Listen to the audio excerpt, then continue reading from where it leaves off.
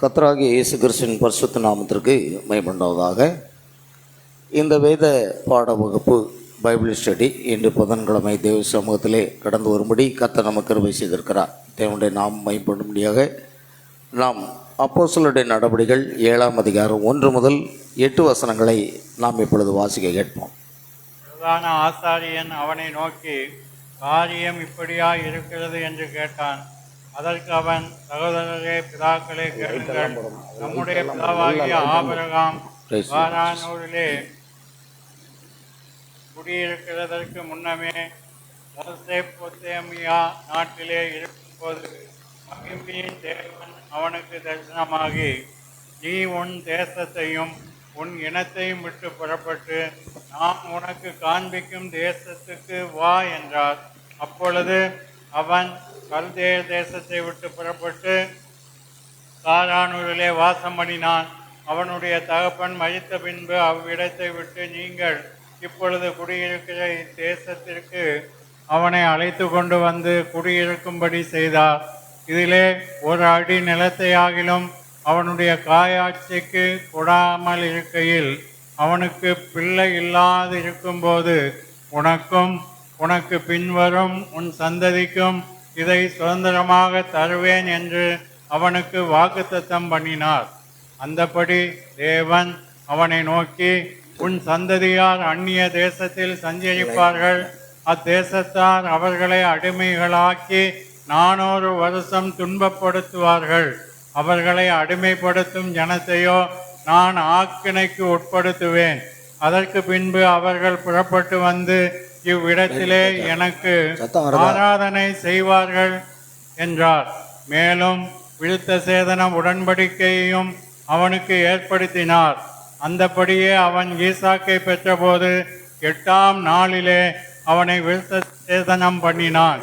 ஈசாக்கு யாக்கோபையும், யாக்கோபு 12 கோத்திர பிதாக்களையும் பெற்றார்கள். அல்லேலூயா. கர்த்தர் தாமே வாசிக்கப்பட்ட வேத வசனங்களை தேவன் ஆசீர்வதிப்பார். Praise Lord. ஜெபிப்போம். அன்பின் பரலோக பிதாவே, எங்கள் ஆண்டவர் இரட்சகருமாக இயேசு கிறிஸ்துவை நன்றியோடு துதிக்கிறோம். ஆசீர்வதிக்கப்பட்ட இந்த அருமையான இரவு வேளையில் உம்முடைய பாதத்திலே நாங்கள் கடந்து வரும்படி கர்த்தர் கிருபை தந்ததற்காக ஸ்தோத்திரம். கர்த்தாவே, இந்த வேளையிலும் தேவனுடைய நாம மகிமைக்காக கர்த்தராகிய இயேசு நாமத்திலே கர்த்தாவே துதிக்கிறோம் கர்த்தாவே. நாங்கள் இந்த வேத பாட வகுப்பில் வந்து நம்முடைய வார்த்தையை தியானிக்க கர்த்தர் எங்களுக்கு தந்த கிருபைக்காக நன்றி செலுத்துகிறோம். இயேசு கிறிஸ்துவின் நாமத்தில் வாசிக்கப்பட்ட வேத வசனங்களை ஆசீர்வதியும். வேத வசனங்களை வாசித்த நம்முடைய மகனை ஆசீர்வதிங்க. இதன் மூலமாக இன்றைக்கு ஆண்டவரே, நாங்கள் பரிசுத்த ஆவி என்பது என்ன என்பதை குறித்த ஒரு செய்தியை நாங்கள் கேட்கப் போகிறோம். தேவன் தாமே இந்த தேவ செய்தியை ஆசீர்வதிக்கும்படியாக ஜெபிக்கிறோம். பரிசுத்த ஆவியானவர் எங்களுடைய சிந்தைகளை ஆட்கொண்டு ஆண்டவரே எங்கள் ஒவ்வொருவரையும் நடத்துங்க. நேர் பேசும், நாங்கள் கேட்கிறோம். சகல துதி கன மகிமை யாவற்றும் உங்க செலுத்துகிறோம். கர்த்தராகிய இயேசு கிறிஸ்துவினுடைய நாமத்தில் கேட்கிறோம் பிதாவே, ஆமென். உட்காரும். வாசித்த வேத வசனங்களை கர்த்தர் ஆசீர்வதிப்பாராக. இன்று நம்முடைய செய்தியின் தலைப்பு பரிசுத்த ஆவி என்பது என்ன. இதைத் தொடர்ந்து அநேக காரியங்களை நாம் கேட்கப் போகிறோம். பரிசுத்த ஆவி என்பது என்ன என்பதாக இருக்கிறது. கர்த்தருக்கு மகிமை உண்டாகட்டும்.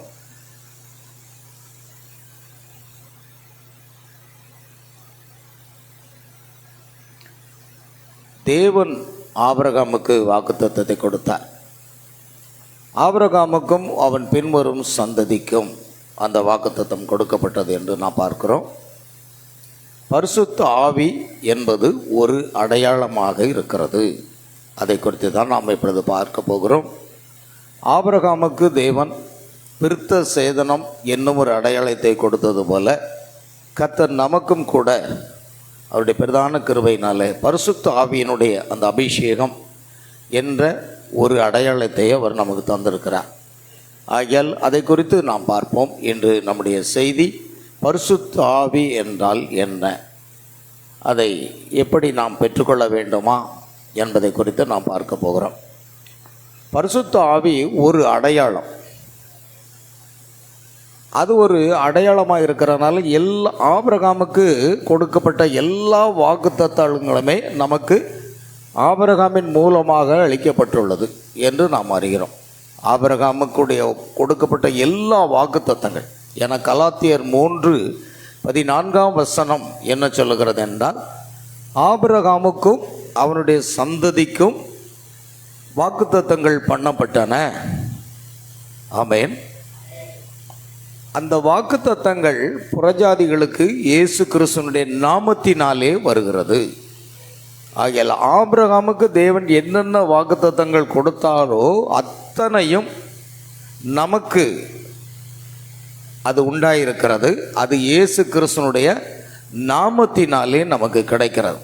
ஆகையால் ஆபிரகாம் எப்படி சகல விதத்திலையும் ஆசீர்வதித்தவன் தான். தேவன் சொல்லுகிற வேதம் சொல்லுகிறது, ஆதியாகமம் 24:1 தேவன் ஆபிரகாமை சகல காரியங்களிலும் ஆசீர்வதித்து வந்தார் என்று எழுதினார்.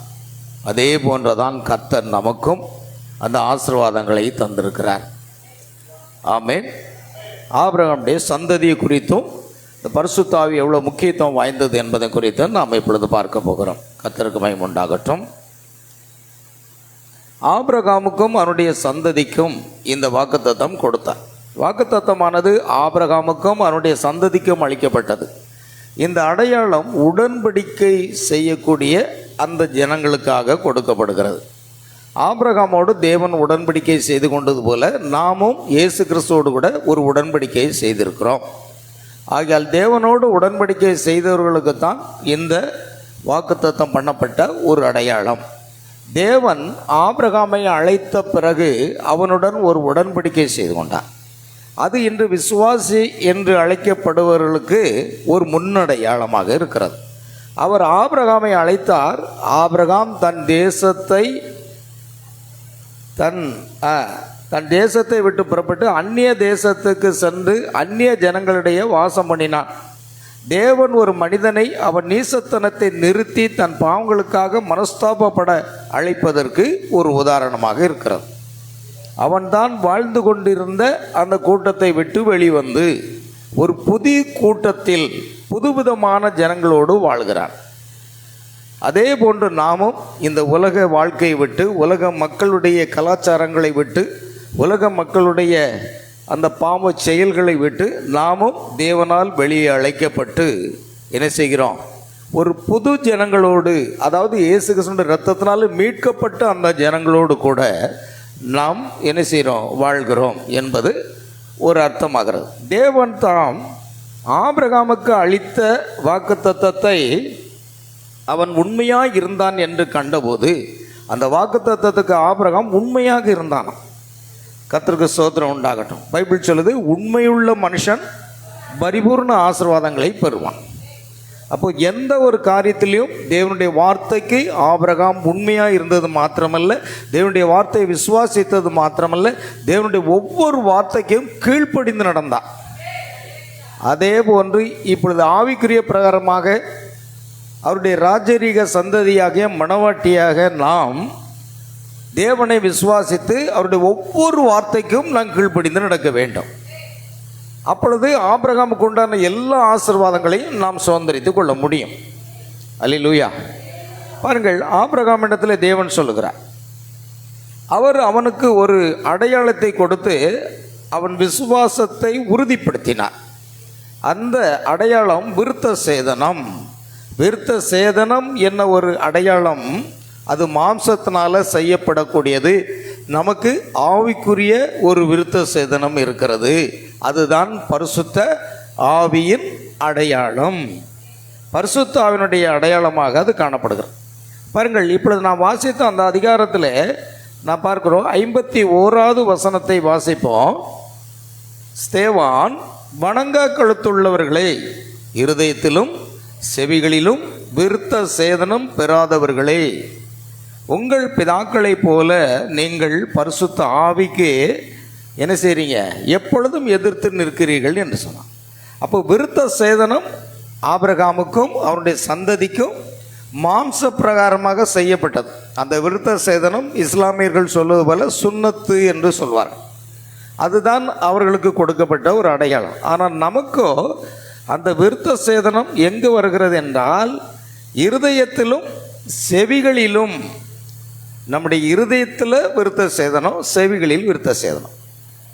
என்ன இருதயத்திலே செவிகளில் விருத்த சேதனம்? செவிகளிலே தேவனுடைய வார்த்தையை நாம் கேட்கிறோம்.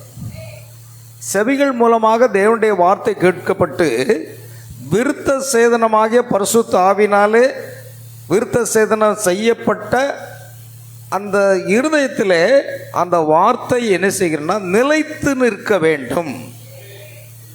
தேவதூதன் மரியாளுக்கு ஒரு வாக்குத்தத்தத்தை சொன்னான். நீ கர்ப்பவதியாகிய ஒரு குமாரனை பெறுவாள், அவருக்கு இயேசு என்று பெயரிடுவாயாக. அவள் தேவதூதன் மூலமாக சொல்லப்பட்ட வார்த்தைகளை என்ன செய்தாள் என்றால் தன் இருதயத்திலே வைத்து தியானித்தாள் என்று எழுதியிருக்கு. அப்போ செவி வார்த்தையை கேட்கணும், இருதயம் அதை பத்திரப்படுத்தி கொள்ளணும். பைபிள் சொல்லுது, தேவனுடைய வார்த்தையை உன் இருதயமாகிய பலகைகள் எழுதிக்கொள் என்பதாக சொல்லப்பட்டிருக்கிறது. ஆகையால் நமக்கு ஆவிக்குரிய பிரகாரமாக நம்முடைய செவிகள் வார்த்தையை கேட்டுட்டு இந்த செவி வழியை விட்டு விடக்கூடாது. செவியில் 2 செவிகளிலும் வார்த்தை கேட்டு இருதயத்துக்கு கொண்டு வந்து அங்கு பத்திரப்படுத்தி அதன்படி நாம் வாழ வேண்டும். அல்லேலூயா. உங்கள் பிதாக்களைப் போல நீங்களும் பரிசுத்த ஆவிக்கு நீங்கள் எப்படி இருக்கீங்கன்னா எதிர்த்து நிற்கிறீர்கள். ஆபிரகாமுடைய எல்லா சந்ததியும் பரிசுத்த ஆவிக்கு கீழ்ப்படியாத பட்சத்தில் நீங்களும், அதாவது உங்கள் பிதாக்களைப் போல என்றால் பெந்தெகோஸ்தே நாளிலே பரிசுத்த ஆவியின் அபிஷேகம் ஊற்றப்பட்ட பொழுது அதற்கு கீழ்ப்படியாமல் அதுக்கு எதிர்த்து நின்றார்கள். அதே போன்றுதான் இப்பொழுதும் நீங்களும் எதிர்த்து நிற்கிறீர்கள் என்பதாக நாம் பார்க்கிறோம்.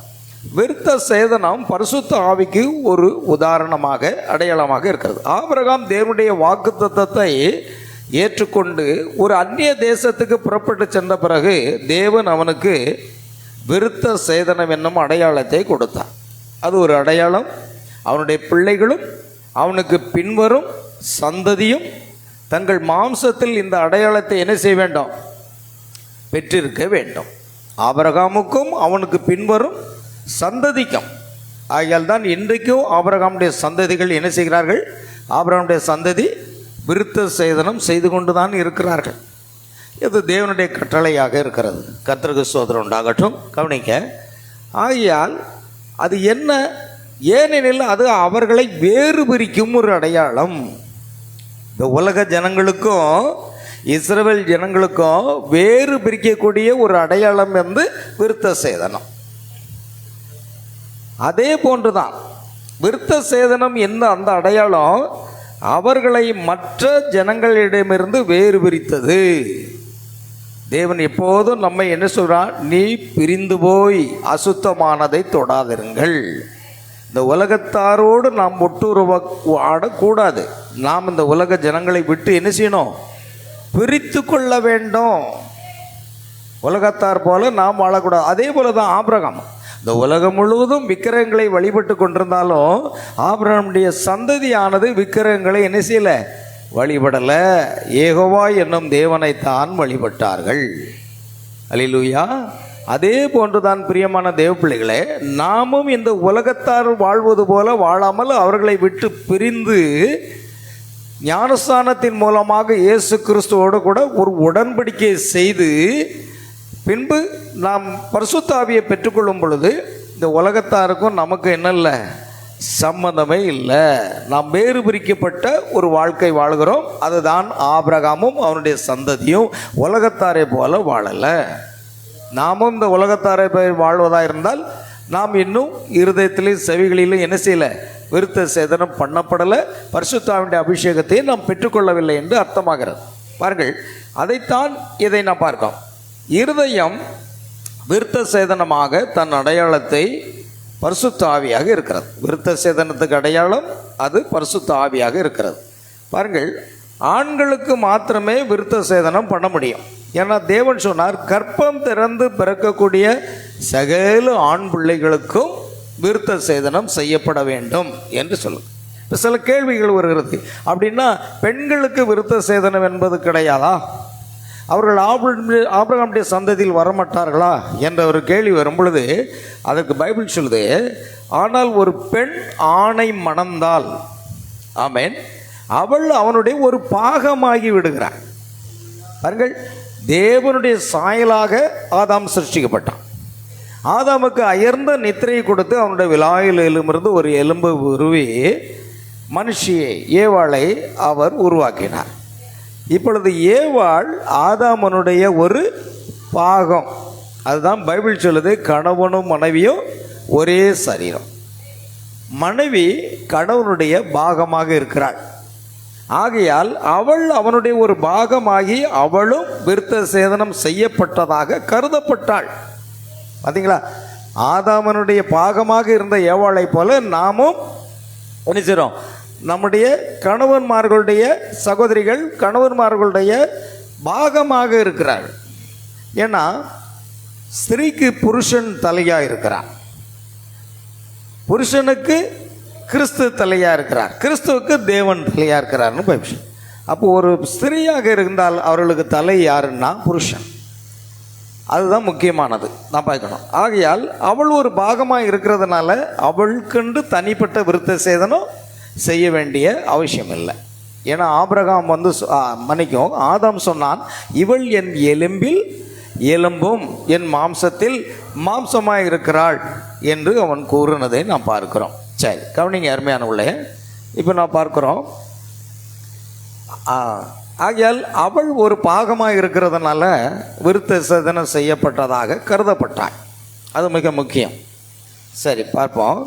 தீமோத்தேயுவுக்கு எழுதின நிருபத்தில் அப்படி இருந்தும் அவள் தெளிந்த புத்தியோடு விசுவாசத்திலும் பரிசுத்தத்திலும் நிலை கொண்டிருந்தால் பிள்ளை பேற்றினால் ரட்சிக்கப்படுவாள். பாருங்க, அது என்ன, பிள்ளை பிறப்பதனால் அல்ல, பிள்ளை பேற்றினால் என்ற வார்த்தையினுடைய அர்த்தம் வேறு. பாருங்கள், அவள் கணவனுடைய சரீரத்தின் பாகமாக இருக்கிறதுனால பைபிள் சொல்லுது அவள் தெளிந்த புத்தியோடு இருக்கணும், விசுவாசத்தில் இருக்கணும். அதுதான் முக்கியமான ஒரு காரியம். ஆகையால் அவளும் ரட்சிக்கப்படுவாள் என்று 1 தீமோத்தேயு 2ஆம் அதிகாரம் 15வது வசனத்திலே சொல்லப்பட்டிருக்கிறது. இப்போ நாம் ஒரு காரியத்தை பார்க்கலாம். கலாத்தியர் நிருபம் 3ஆம் அதிகாரம் 16வது வசனத்தை இப்பொழுது நாம் வாசிக்க போகிறோம். கலாத்தியர் 3:16, ஆபிரகாமுக்கும் அவனுடைய சந்ததிக்கும் வாக்குத்தத்தங்கள் பண்ணப்பட்டன. சந்ததிகள் என்று சொல்லாமல் சந்ததி என்று ஒருவரை குறித்து சொல்லியிருக்கிறது. அந்த சந்ததி கிறிஸ்துவே. அப்ப சந்ததிகள் அல்ல, சந்ததி. கிறிஸ்து ஆபிரகாமுடைய சந்ததி என்றால் ஆபிரகாமுடைய வம்சத்தில் பிறந்தார். ஆனால் அவர் மாம்சத்தின்படி பிறக்கலை, பரிசுத்த ஆவியினுடைய அபிஷேகத்தினால பிறந்தார். பரிசுத்த ஆவியினுடைய அபிஷேகத்தினால அவர் பிறந்ததுனால பாருங்க, அது கிறிஸ்துவின் சந்ததி என்றால் நாம் இயேசு கிறிஸ்துவை விசுவாசிக்கிறபடினால் நாமும் ஆபிரகாமுடைய வாக்குத்தத்தம் பண்ணப்பட்ட சந்ததி ஆகிறோம். இயேசு கிறிஸ்துவை யாரெல்லாம் விசுவாசிக்கிறாங்களோ அவர்கள் ஆபிரகாமுடைய சந்ததியாக மாறுவாங்க. நாம் அதை குறித்து பார்க்க போகிறோம். 28 கலாத்தியர் 3:28-29 2 வசனத்தை நாம் வாசிக்கலாம். யூதன் என்றும் கிரேக்கன் என்றும் இல்லை, அடிமை என்றும் சுயாதீனன் என்றும் இல்லை, ஆண் என்றும் பெண் என்றும் இல்லை, நீங்கள் எல்லாரும் கிறிஸ்து இயேசுவுக்குள் ஒன்றாய் இருக்கிறீர்கள். நீங்கள் கிறிஸ்துவின் உடையவர்களானால் நீங்கள் கிறிஸ்துவின் உடையவர்களானால் ஆபிரகாமின் சந்ததியாராயும் ஆபிரகாமுடைய சந்ததியாயும் வாக்குத்தத்தத்தின்படியே சுதந்திரராயும் இருக்கிறீர்கள். பாத்தீங்களா? அதுதான். இப்போ பாருங்க, சந்ததிகளுக்கு என்று அநேகரை குறித்து சொல்லாமல் எப்படியோ ஒரு விதமாக நானும் ஆபிரகாமுடைய சந்ததிகளை சேர்ந்தவன் என்று சொல்வதல்ல.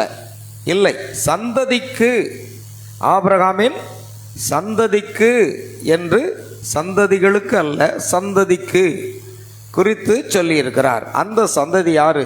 கிறிஸ்துவே.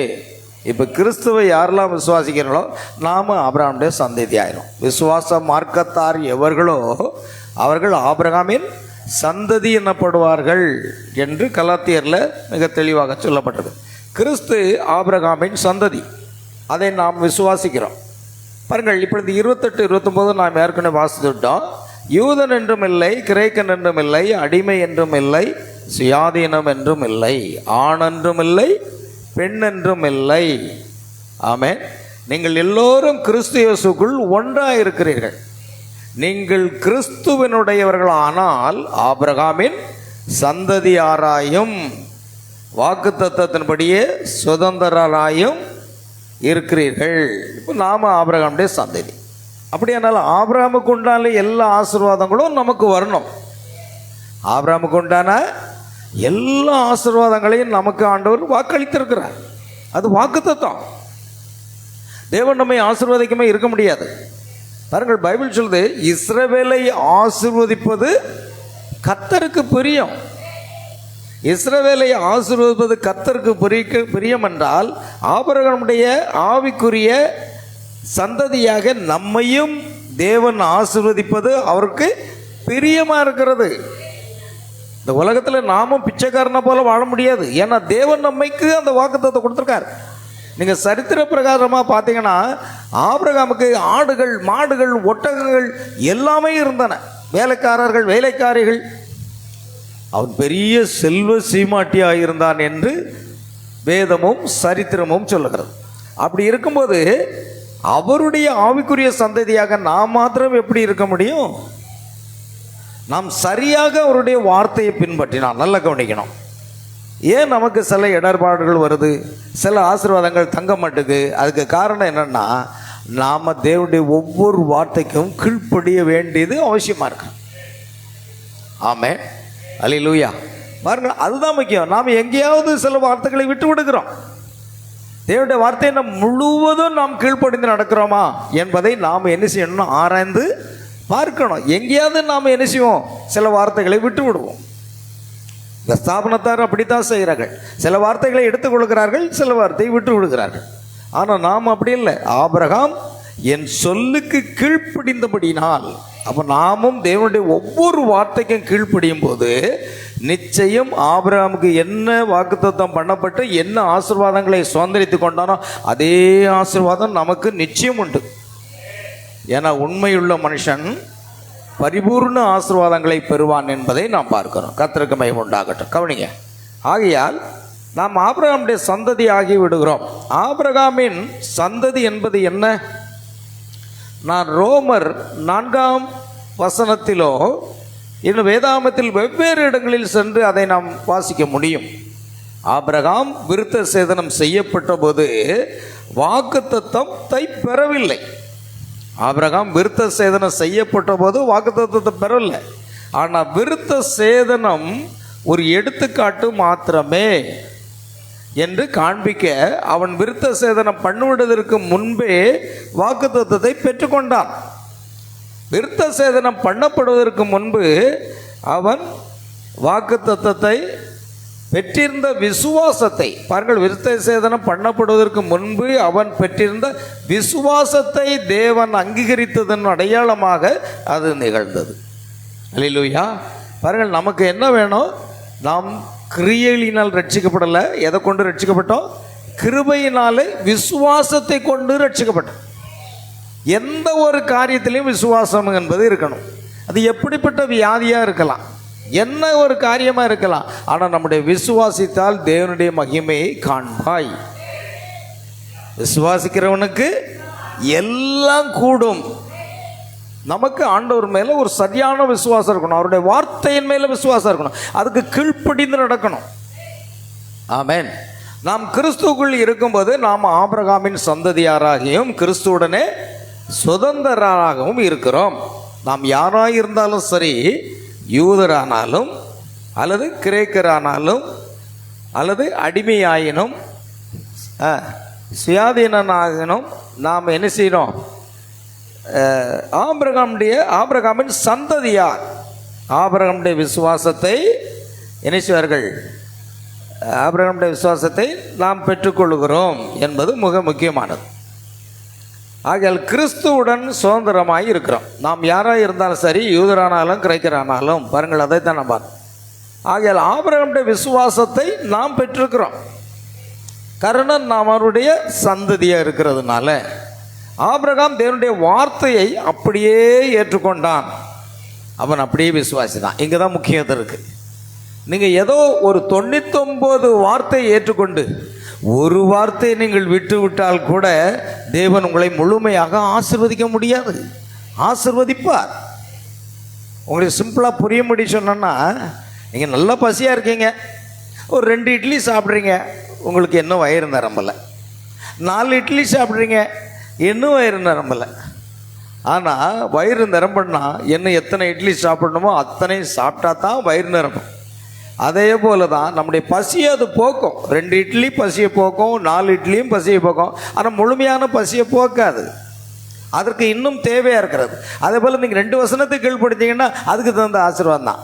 10 வசனத்துக்கு கீழ்ப்படிஞ்சேன்னா அதுக்கு தகுந்த ஆசீர்வாதம் தான். 99 வசனத்துக்கு கீழ்ப்படிஞ்சேன்னா அதற்கு தகுந்ததான் ஆசீர்வாதம் கிடைக்கும். ஆனால் 100 வசனத்தையும் கீழ்ப்படிந்தீங்கன்னா தேவன் உங்களை முழுமையான ஆசீர்வாதம். அப்பொழுதுதான் தேவன் சொல்வார், நான் உன்னை ஆசீர்வதிக்கவே ஆசீர்வதிப்பேன்.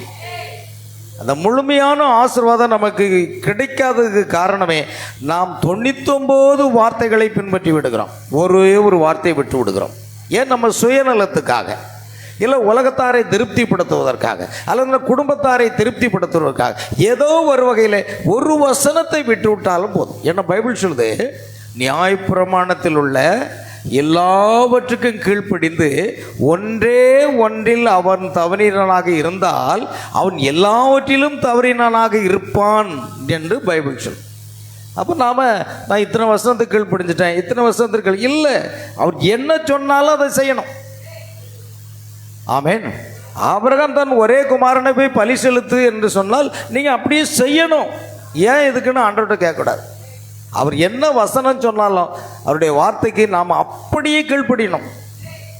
நாம் யாரையும் திருப்திப்படுத்தக்கூடாது, தேவனை திருப்திப்படுத்த வேண்டும் நம்முடைய வாழ்க்கையில். அப்பொழுது தேவன் ஆபிரகாமை போன்று நம்மை நிறைவாக ஆசீர்வதிப்பார். அல்லேலூயா. ஆகையால் ஆபிரகாமுடைய சந்ததி யார்? ஆபிரகாமுடைய விசுவாசத்தை பெற்றிருக்கிறாங்க. நமக்கு அந்த விசுவாசம் இருக்குது. ஆனால் அந்த விசுவாசத்தை நம்ம வெளியே கொண்டு வர முடியாமல், செயல்படுத்த முடியாமல், அந்த பூரண ஆசீர்வாதத்தை பெறாதவருக்கு ஒரே ஒரு காரணம், நம்ம முழுமையாக வார்த்தைக்கு கீழ்ப்படியாதது தான் காரணம். நான் சொல்கிறது கவனிங்க. 99 வசனத்துக்கு நீங்கள் கீழ்ப்படிச்சிட்டீங்க, ஆனால் ஒரு வசனத்தை நீங்கள் தள்ளி போட்டீங்க.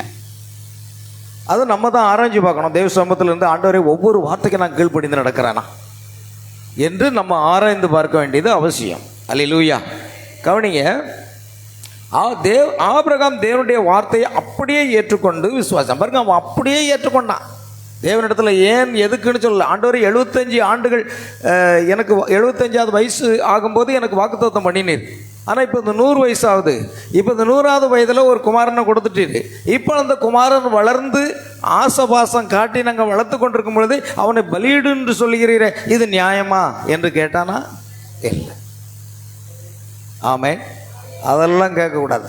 தேவனுடைய வார்த்தை என்ன சொல்லுதோ நீங்கள் அப்படி கீழ்ப்பிடிங்க.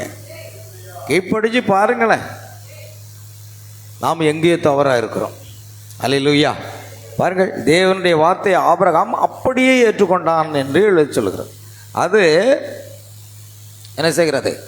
எவ்வளவு கேலி பரியாசமாக காணப்பட்ட போதிலும் பாருங்கள், எல்லா வசனத்துக்கும் கீழ்ப்படியும் போது உலகத்தார் நம்ம கேலி பண்ணுவாங்க. உலகத்தார் என்ன செய்வாங்க? கேலி பண்ணுவாங்க. பொதுவாக நம்ம ஆண்டவருடைய பிள்ளைகளை என்ன செய்கிறோம்? இந்த உலகத்தின் ஆசாபாசங்களை வெறுக்கிறோம், இந்த உலகத்தினுடைய ஆசை இச்சைகளை வெறுக்கிறோம். இந்த உலகத்தாரை போல நம்முடைய அதிகமாக என்ன செய்கிறதில் ஆபரணங்களை அழிந்து நம்ம என்ன செய்கிறதில் அழகுபடுத்துறதை வெறுக்கிறோம். ஆமென்.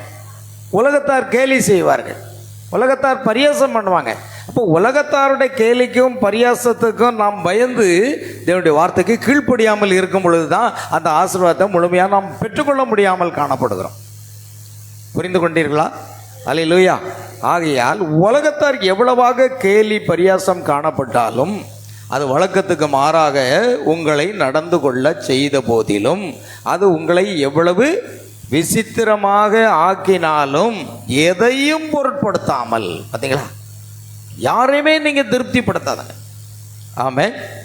எதையும் பொருட்படுத்தாமல் நீங்கள் தேவனுடைய வார்த்தையை அப்படியே ஏற்றுக்கொண்டு விசுவாசிப்பீர்கள், விசுவாசிக்க வேண்டும். நீங்கள் பரிசுத்த ஆவியினால் விருத்த சேதனம் பண்ணப்படும் போது அது உங்களுக்கும் அதையே செய்கிறது.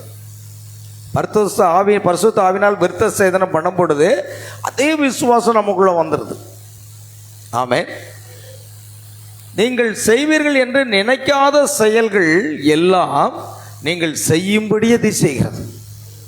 பைபிள் சொல்லுது பாருங்க, நீங்கள் பரிசுத்த ஆவியுடைய அபிஷேகத்தை பெற்றுக்கொள்ளும் பொழுது, வார்த்தைக்கு கீழ்ப்படி நடக்கும்போது, நாம் நினைப்பதற்கும் வேண்டுவதற்கும் மேலான காரியங்களை கர்த்தர் செய்வாராம். நாம் அதை பற்றி நினைத்தே பார்க்க முடியாது. இப்படி ஒரு அதிசயம் நடக்குமா என்று நாம் நினைத்து பார்க்க முடியாது. ஆனால் உங்கள் வாழ்க்கையில் அது நடக்கும். ஆமென். அதுதான் முக்கியம். ஆகையால் நீங்கள் செய்வீர்கள் என்று நினைக்காத செயல்கள் எல்லாம் நீங்கள் செய்யும்படி அது செய்கிறது.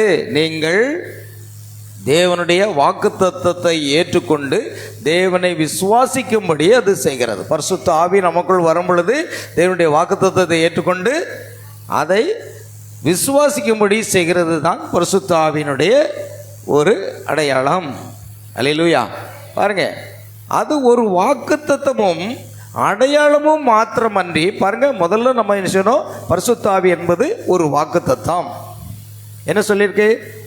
யோவேல் தீர்க்கதரிசியின் புஸ்தகம் 2ஆம் அதிகாரம் 28ஆம் வசனத்தில், ஏதோ நான் மாம்சமான யாவர் மேலும் என் ஆவியை ஊற்றுவேன். ஆமென்.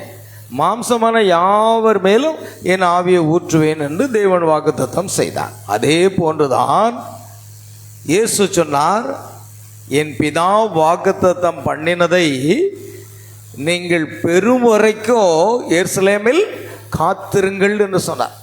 பிதா வாக்குத்தத்தம் பண்ண அந்த பரிசுத்த ஆவியை பெறும் வரைக்கும் காத்திருங்கள் என்று சொன்னார். நாம் இன்னைக்கு அநேகர் காத்திருப்பதே கிடையாது. தேவ சமூகத்தில் காத்திருக்காமல் எப்படி நாம் பரிசுத்த ஆவியை பெற்றுக்கொள்ள முடியும்? 10 நாட்கள் அவர்கள் மேல் விருட்டறையில் காத்திருந்தார்கள். அப்பொழுதுதான் பரிசுத்த ஆவியின் அபிஷேகம் 10ஆவது நாள் தான் அவர்களுக்கு வந்தது. அல்லேலூயா. 10ஆவது நாள் தான் அவர்கள் அதை பெற்றுக்கொண்டார்கள் என்பதை நாம் முக்கியமாக கவனிக்க வேண்டியது அவசியமாக இருக்கிறது. கவனிங்க, அடுத்ததாக கவனிங்க. ஆகையால் ரோமர் புஸ்தகத்தில் செல்வீர்களானால், அதாவது மன்னிக்கும், எபேசியர் 4:30 அந்த வசனத்துக்கு போகும் பொழுது அங்கே என்ன எழுதியிருக்குன்னா, எபேசியர் 4:30 இப்படி கூறுகிறது, வெவ்வேறு காரியங்கள் முத்திரைகளாக இருப்பதாக அநேகர் கூற கேட்டிருப்பீர்கள். சரி, வாசிக்கலாம். நீங்கள் அன்றியும் நீங்கள் மீட்கப்படும் நாளுக்கென்று முத்திரையாக பெற்ற தேவனுடைய பரிசுத்த ஆவியை துக்கப்படுத்தாதிருங்கள். பார்த்தீங்களா?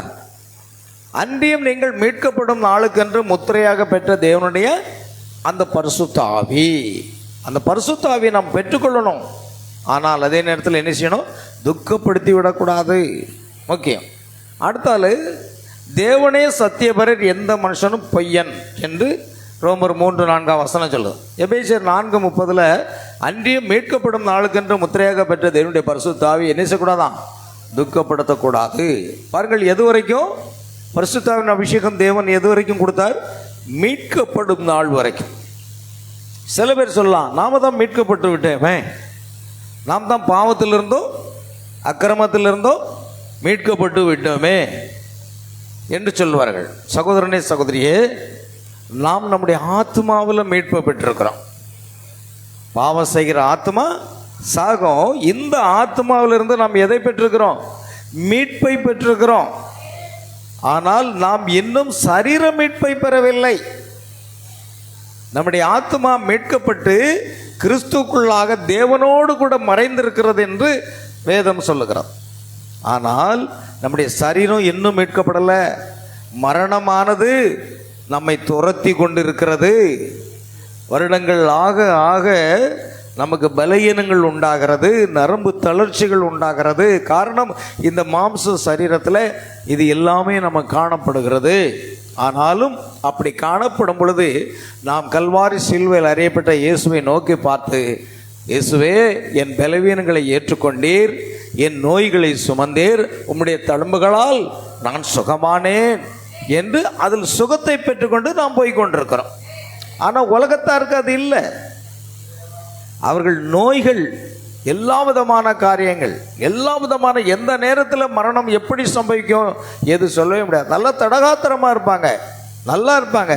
ஆனாலும் அவர்களுக்கு என்ன வந்து விடுகிறது? நோய்கள் வந்து விடுகிறது.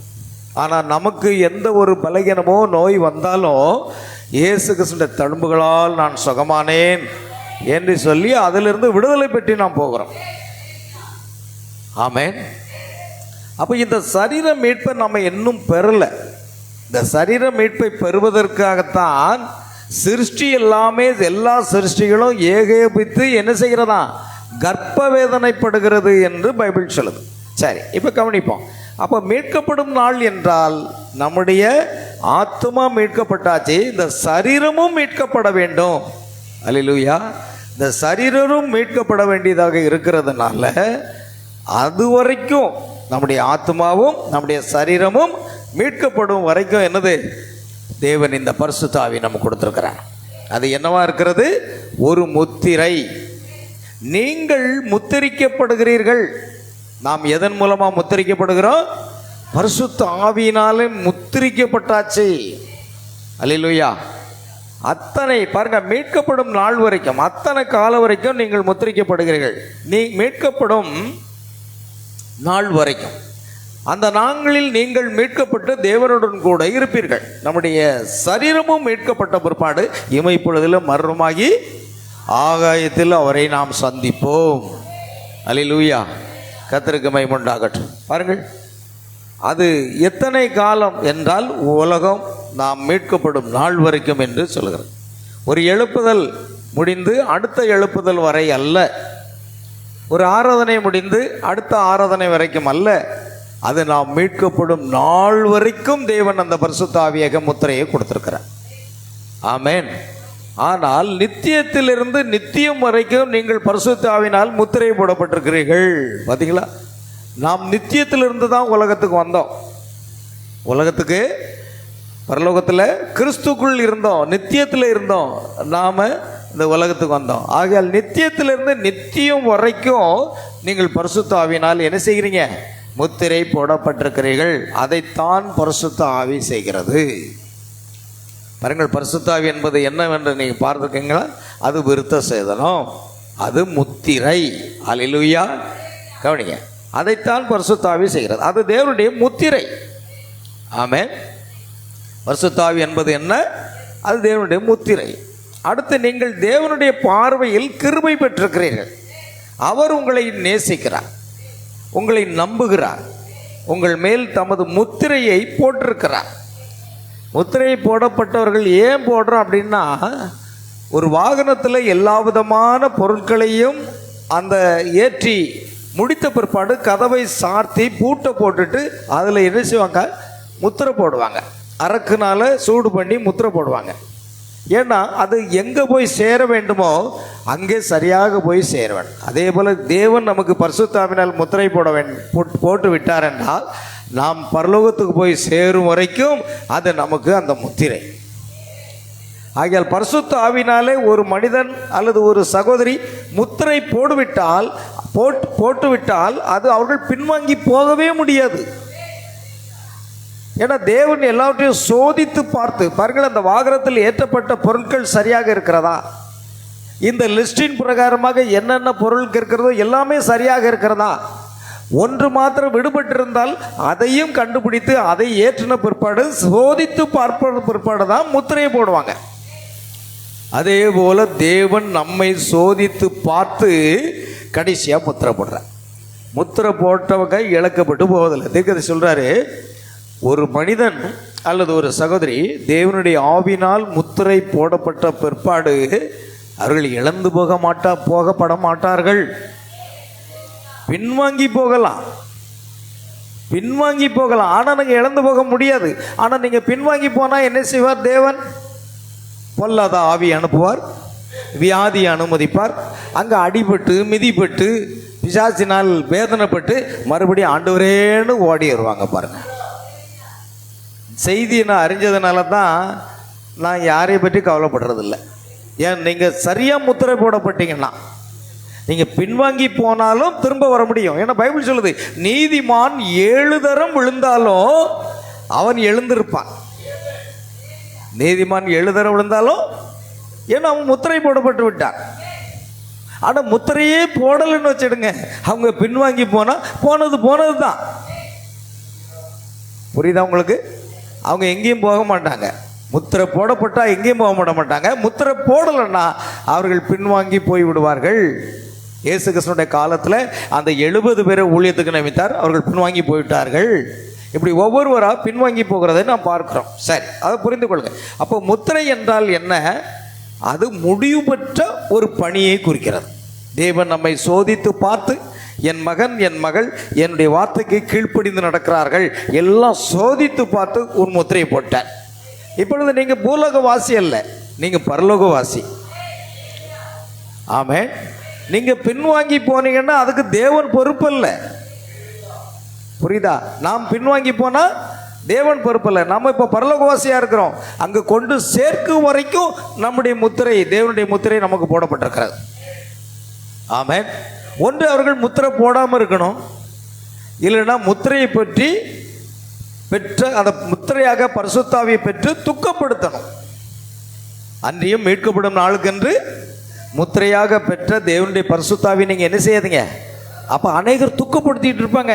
ஆராதனை விட்டு விடுவாங்க, ராபோஜனத்தை விட்டு விடுவாங்க, எல்லாவற்றையும் விட்டு விட்டு ஏனதானோன்னு ஜீவிப்பாங்க. பாருங்க, அவர்கள் பின்வாங்கி போய் விடுகிறார்கள். ஒருவன் பின்வாங்கி போவானால் அவன் மேல் என் ஆத்மா பிரியமாயிராது என்று வேதம் சொல்லுது. ஒரு நாள் ஆண்டவர் பிரியமாக இருக்க மாட்டார். அல்லேலூயா. ஆண்டவருக்கு பிரியமாக நம்ம வாழணும்னா, அவர் நம்ம மீது பிரிய வைக்கணும்னா நாமும் அவர் மேலே பிரிய வைத்து அவருடைய வார்த்தைகள் படிக்கணும்.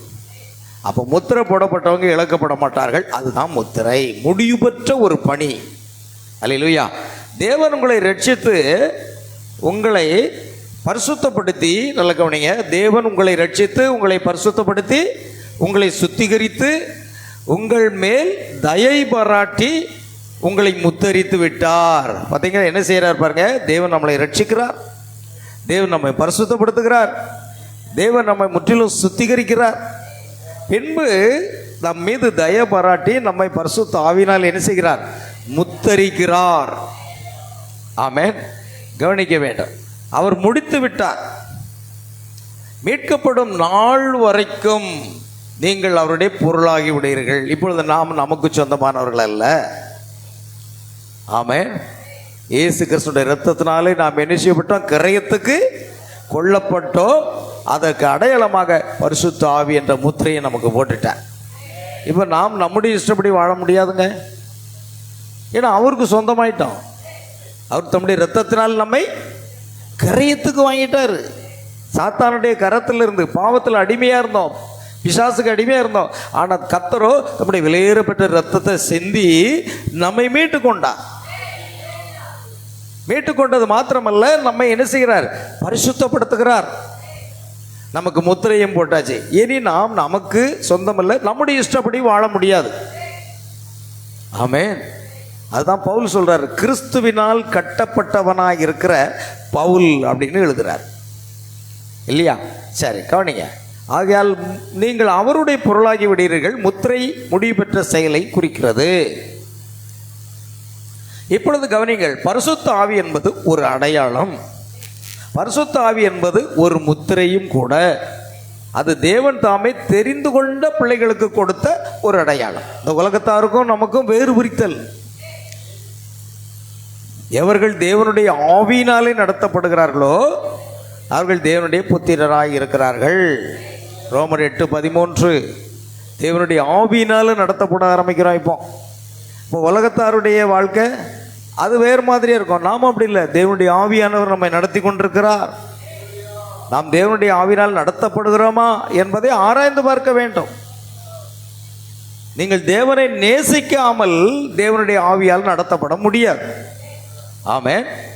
ஆகையால் பரிசுத்த ஆவி என்பது ஒரு அடையாளம், பரிசுத்த ஆவி என்பது ஒரு முத்திரை, தேவன் தாம் தெரிந்து கொண்ட பிள்ளைகளுக்கு கொடுத்த ஒரு அடையாளம். அதை புறக்கணித்தால் ஜனங்களின் மத்தியிலிருந்து அறுப்புண்டு போக வேண்டும். பாருங்க, மோசே சொல்லுகிறார், தேவன் உங்கள் சகோதரரிலிருந்து என்னை போல ஒரு தீர்க்கதரிசியை எழுப்பு பண்ணுவார். அவருடைய சொற்கேளாதவன் எவனோ அவன் ஜனத்தில் இராதபடிக்கு நிர்மூலமாக்கப்படுவான் என்று சொல்லுகிறார். அதுபோல இந்த கடைசி காலத்தில் தேவனால் அனுப்பப்பட்ட ஒரு தீர்க்கதரிசி இருக்கிறார். அந்த தீர்க்கதரிசியின் சொல் கேளாதவன் எவனோ, இவர்கள் மாத்திரமல்ல, ஒவ்வொரு காலத்திலும் தேவனால் அனுப்பப்பட்ட தீர்க்கதரிசிகள் மூலமாக வெளிப்பட்ட தேவனுடைய வார்த்தைக்கு கீழ்ப்படியாதவன் எவனோ அவன் ஜனத்தில் இராதபடிக்கு என்ன செய்வான்? அறுப்புண்டு போவான். அது ஒவ்வொரு காலத்துக்கும் பொருந்தும். ஆமென். மல்கியா 4:5-6 படி அனுப்பப்பட்ட எலியா தீர்க்கதரிசியினுடைய அந்த காரியத்துக்கும் பொருந்தும். ஆகையால் அதை ஏற்றுக்கொண்டால் உலகத்தையும் உலகத்தில் உள்ள காரியங்களையும் அப்புறப்படுத்தி ஆமென் தேவனுடைய பொருளாகி விடுதல்.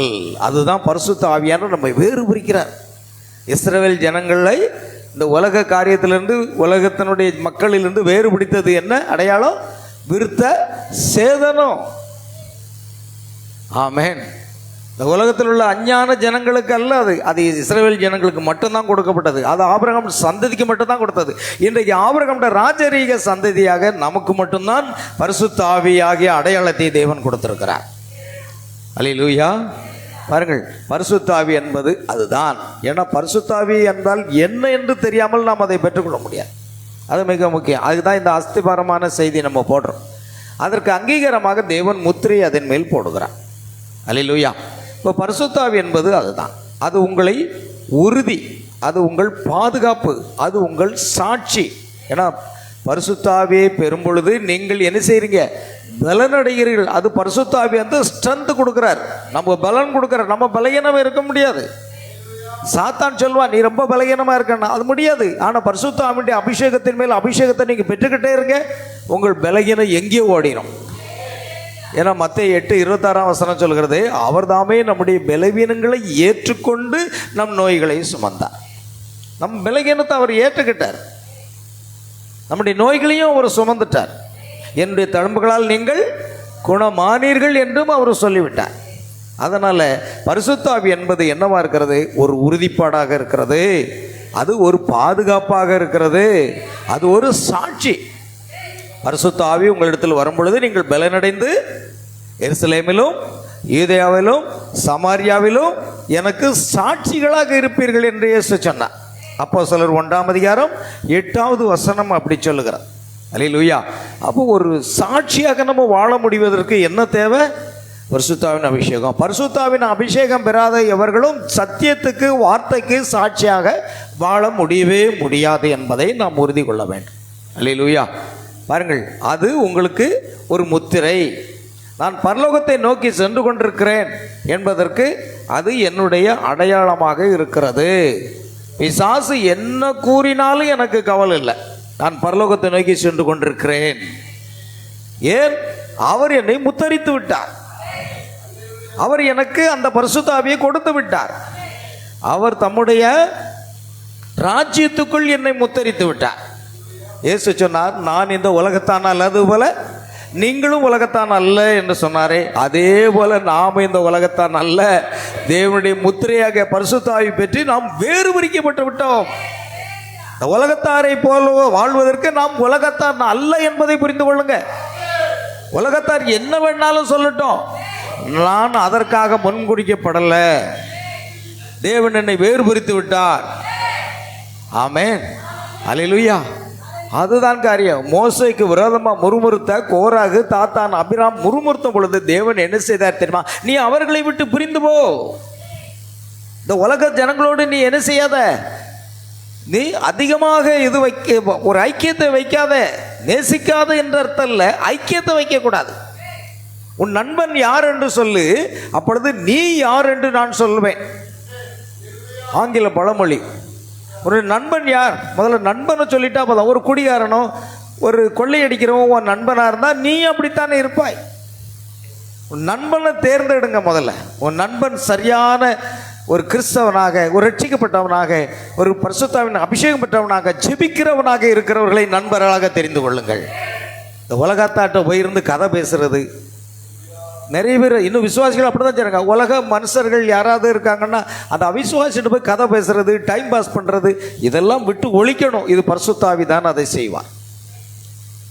உங்களுக்கு நேரம் கிடைக்கும் போதெல்லாம் பைபிள் வாசிங்க, நேரம் கொடுக்கலாம் ஜெபிங்க, நேரம் கிடைக்கும் போதெல்லாம் தேவனுடைய வசனத்தை என்ன செய்யுங்க, தியானிங்க.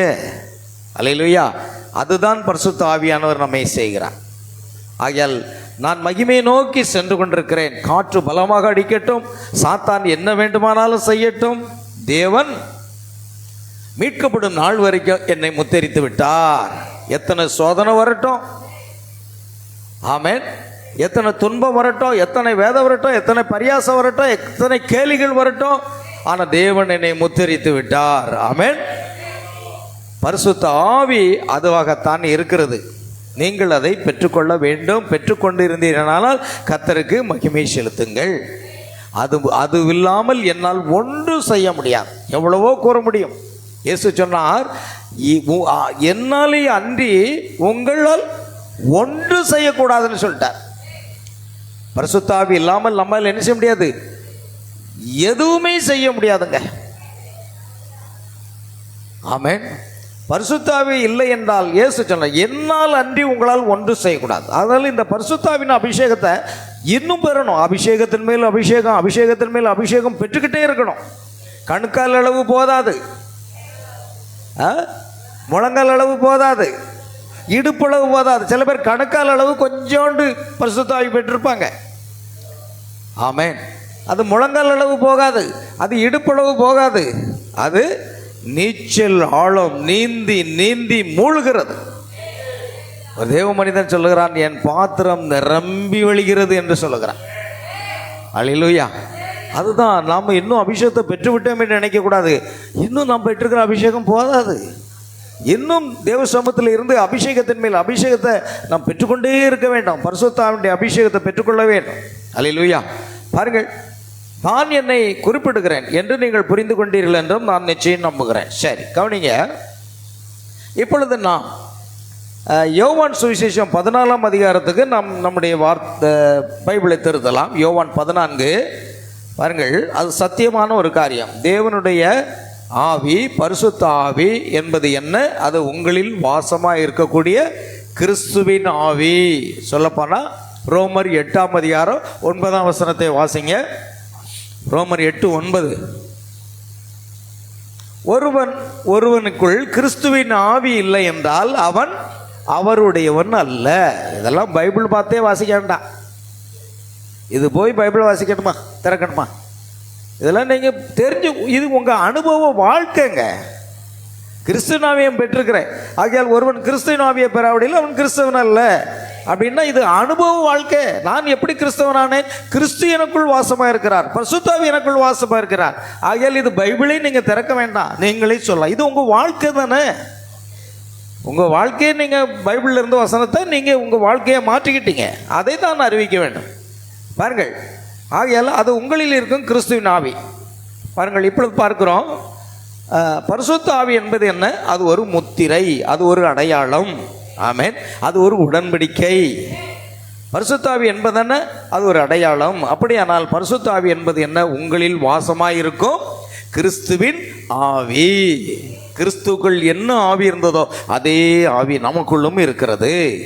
பாருங்கள், இயேசு சொன்னார், இன்னும் கொஞ்ச காலத்தில் உலகம் என்னை காணாது, நீங்களோ என்னை காண்பீர்கள். ஏனென்றால் நான் உங்களுடனே வாசம் பண்ணி உங்கள் உலகத்தின் முடிவு பரியந்தம் உங்களுக்குள்ளே நான் இருப்பேன் என்று இயேசு கூறினார். யோவான் 14ஆம் அதிகாரம் 19ஆம் வசனம் என்ன சொல்கிறது? வாசிங்க. யோவான் 14:19. இன்னும் கொஞ்ச காலத்திலே உலகம் என்னை காணாது. பாருங்க, உலகம் என்னை காணாது, நீங்களோ என்னை காண்பீர்கள். இயேசு உயிர்த்தெழுந்து பரலோகத்துக்கு செல்லும் பொழுது இந்த வார்த்தை சொல்றாரு, உலகம் என்னை காணாது, ஆனா நீங்களும் என்னை காண்பீர்கள். ஆமென். அல்லேலூயா. கவனிங்க. நான் பிழைக்கிறபடியினால் நீங்களும் பிழைப்பீர்கள். நான் என் பிதாவிலும் நீங்கள் என்னிலும் நான் உங்களிலும் இருக்கிறதை அந்நாளிலே நீங்கள் அறிவீர்கள். 17 வாசிப்போம். உலகம் அந்த சத்திய ஆவியானவரை காணாது. பாருங்க, இயேசு உயிர்த்தெழுந்த பிறகு என்னவா இருக்கிறாரு? ஆவியாக இருக்கிறார். இயேசு உயிர்த்தெழுந்த பிற்பாடு பலமாய் ரூபிக்கப்பட்ட தேவனுடைய குமாரன். ரோமர் 1:5 வசனத்தை வாசிப்போம். ரோமர் 1:5. சீக்கிரமா.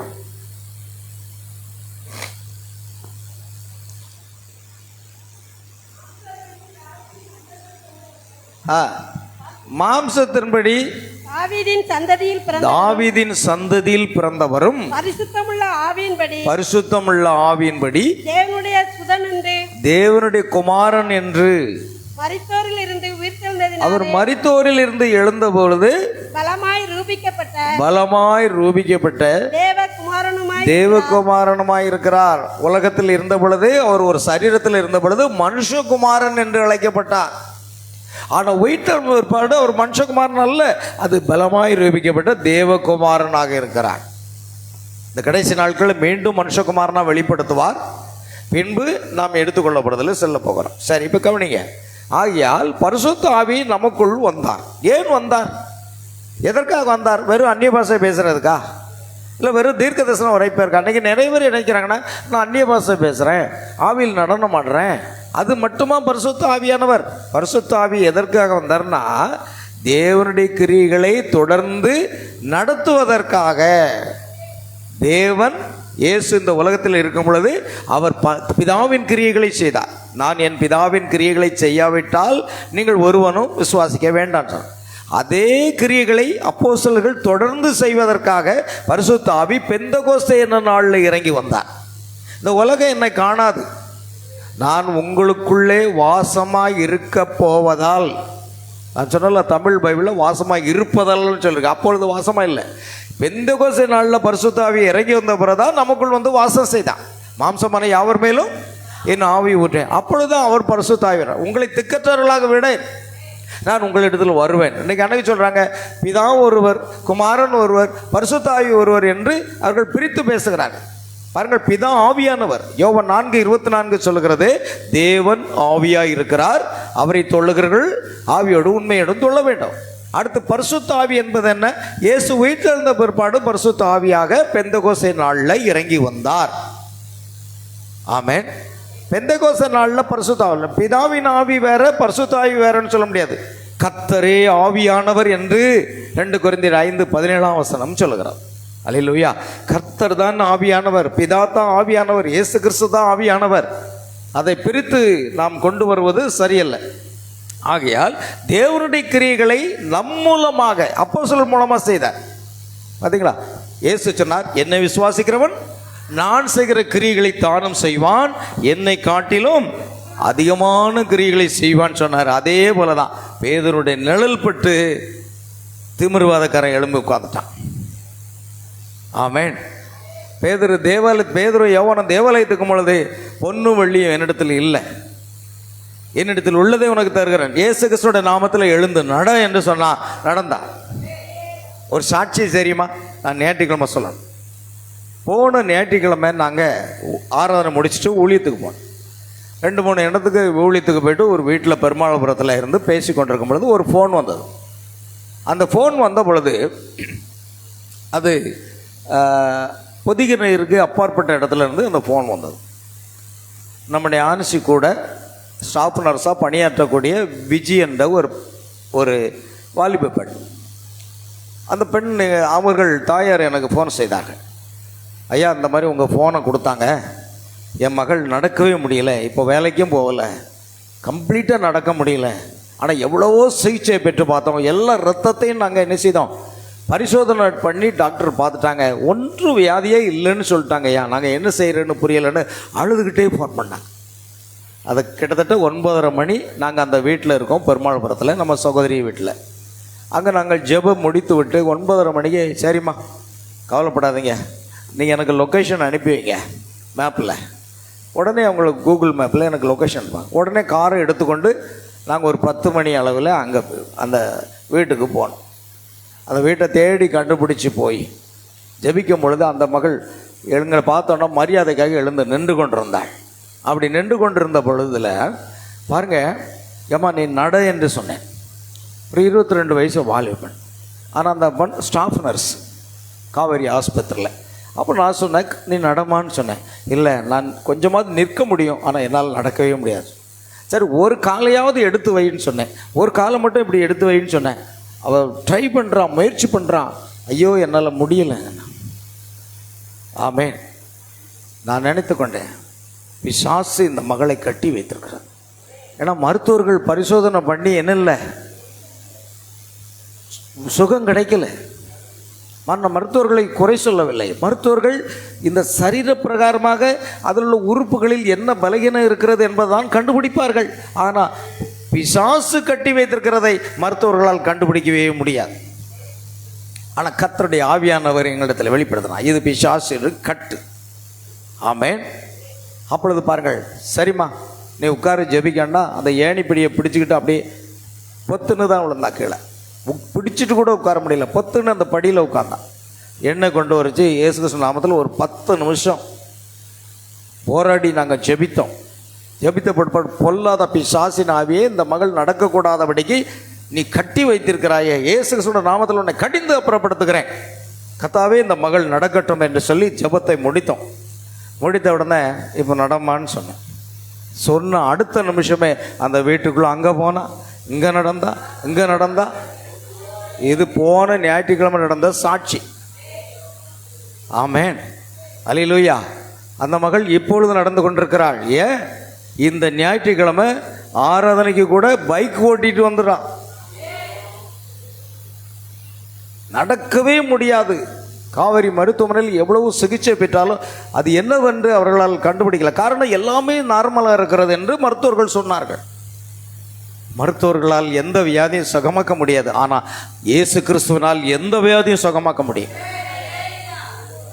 விசுவாசத்தோடு நாங்கள் சொன்னோம், இப்பொழுது நீ நட என்று சொன்ன, இயேசு கிறிஸ்துவோட நாமத்தில் நட என்று சொன்னேன். காலை தூக்கி வைக்க முடியாத அந்த மகள் அந்த பக்கம் நடந்தா, இந்த பக்கம் போனா, இங்கே வந்தா.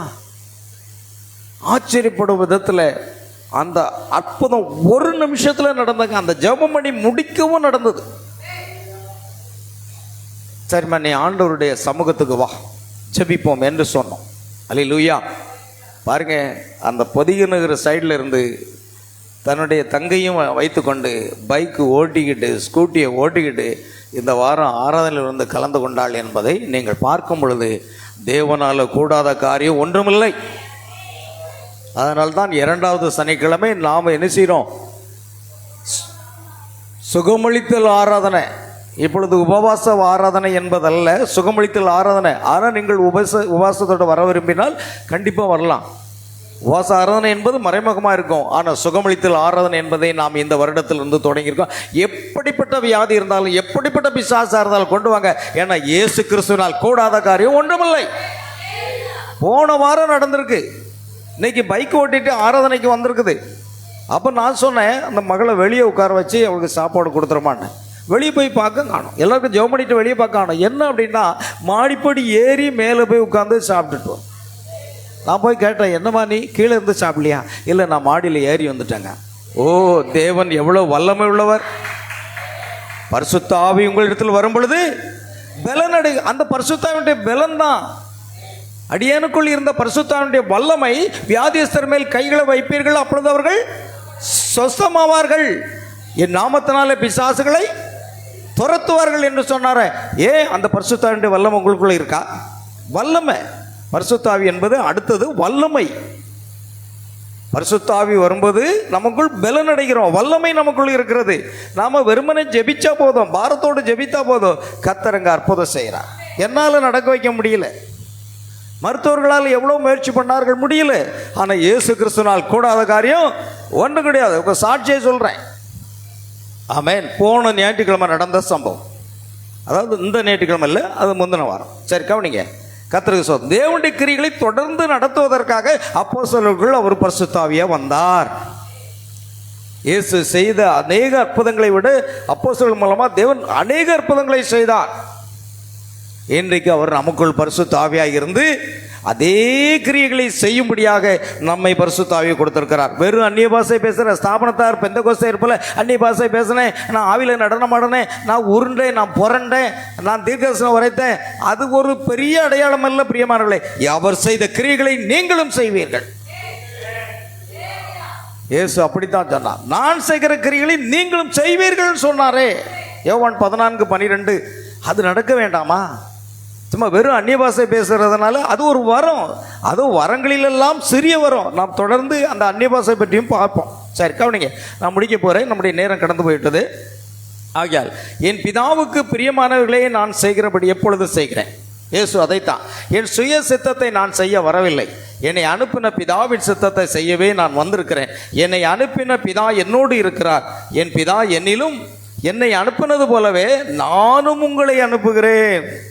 இயேசு சொன்னார், என் பிதா எப்படி அனுப்பினாரோ அதே போல உங்களை அனுப்புகிறேன். அல்லேலூயா. பாருங்கள், இயேசுவை அனுப்பின பிதா அவருக்குள் வந்து அவர் மூலமாய் கிரியை செய்தார். நான் என் பிதாவின் கிரியைகளை செய்யாதிருந்தால், மரித்தோரை எழுப்பினார், குஷ்டரோகிகளை சுகப்படுத்தினார், என் பிதாவின் கிரியைகளை நான் செய்யாதிருந்தால் என்னை விசுவாசிக்க வேண்டாம். இன்றைக்கு நாம் கிறிஸ்துவன் என்ற போர்வையில் பரிசுத்தாவின் அபிஷேகம் பெற்றுக்கிறோம் என்று சொல்லிக் கொண்டால் அர்த்தம் என்ன? இயேசு செய்த அதே கிரியைகளை நாமும் செய்வோம். நாம் அல்ல, அவர் நமக்குள் இருந்து கொண்டு செய்கிறார். பாருங்கள், இயேசுவை அனுப்பின பிதா அவருக்குள் வந்து அவர் மூலமாக கிரியை செய்தால், உங்களை அனுப்பும் இயேசுவும் உங்களோடு இருந்து உங்களுக்குள் வாசம் செய்கிறார். அதுதான் பரிசுத்தாவின் அபிஷேகம். பெந்தெகோஸ்தே என்று சொன்ன போல அந்நிய பாஷை பேசுறது தான் பரிசுத்தாவின் அபிஷேகம் அல்ல, அது ஒரு அடையாளம் மாத்திரமே. அல்லேலூயா. அதை நம்ம பின்னால் பார்க்க போகிறோம். இயேசு கிறிஸ்துக்குள் வாழ்ந்த அதே ஆவி அவர் அந்த விதமாக கிரியை செய்யவும் நடந்து கொள்ளவும் செய்தபடியால் அது உங்களுக்குள் வாசம் செய்வது எந்த விதமான கிரியைகளை நடப்பிக்கும் என்பதை குறித்து பொதுவான கருத்து உங்களுக்குள் இருக்கும். ஏனெனில் அது ஜீவனை, அந்த ஜீவன் மாறவே முடியாது. பரிசுத்தாவினுடைய வல்லமை உங்களுக்குள்ள வந்தாச்சுன்னு சொன்னா உங்களால் கூடாத காரியம் எதுவும் இருக்க முடியாது. ஆமேன். அது மாத்திரமல்ல, 1998ஆம் ஆண்டு நடக்க முடியாமல் மருத்துவமனையில் படுக்கையில் இருந்த ஒரு சகோதரிக்காக நாங்கள் ஜெபிக்க சொன்னோம். அப்பொழுதும் ஆவியானவர் சொன்னான், இது ஒரு பிசாசு, இதை கட்டி இந்த கட்டுகளை அவிழ்த்து விடு என்று சொன்ன பொழுது இயேசு கிறிஸ்துவின் நாமத்தினாலே, அல்லேலூயா, அதை கடிந்து கொள்ளும்போது அதே இடத்தில் அவர்கள் நடந்தார்கள். இன்றைக்கும் நடந்து கொண்டுதான் இருக்கிறார்கள்.